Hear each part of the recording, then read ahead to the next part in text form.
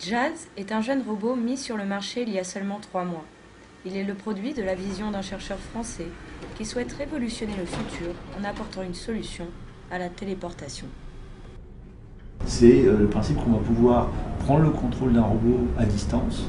Le robot peut être à l'autre bout du monde à travers une simple interface web et on va pouvoir voir ce que voit le robot, entendre ce qu'il entend, parler bien sûr et être entendu. Et surtout, on va pouvoir se déplacer. Il y a cette notion de réduire les distances avec une présence à travers un robot. C'est un peu comme la téléportation dans l'idée, sauf qu'on ne se téléporte pas vraiment avec son propre corps. On emprunte un corps à distance qui est un corps robotique. Voilà, c'est la même idée que dans Avatar ou dans des films de science-fiction qui ont exploré un petit peu ce concept, sauf que ce n'est pas de la science-fiction, c'est un vrai produit qui existe aujourd'hui, qui est en vente et que les entreprises peuvent acheter. Les robots sont amplement utilisés dans son entreprise.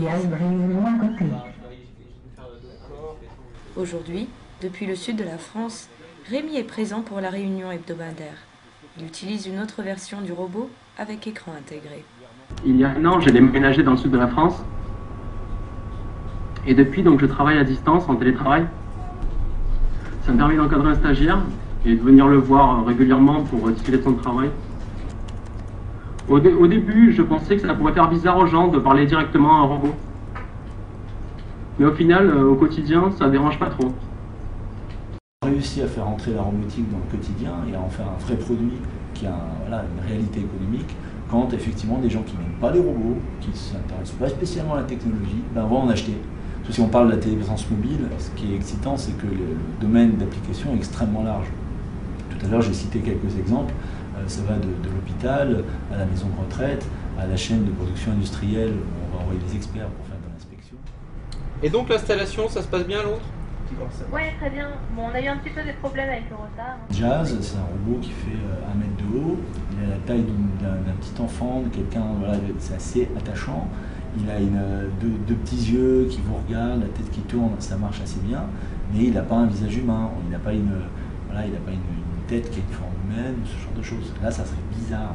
Mais qu'en pense le robot? Et est-ce que tu penses que tu vas te répandre partout dans le monde?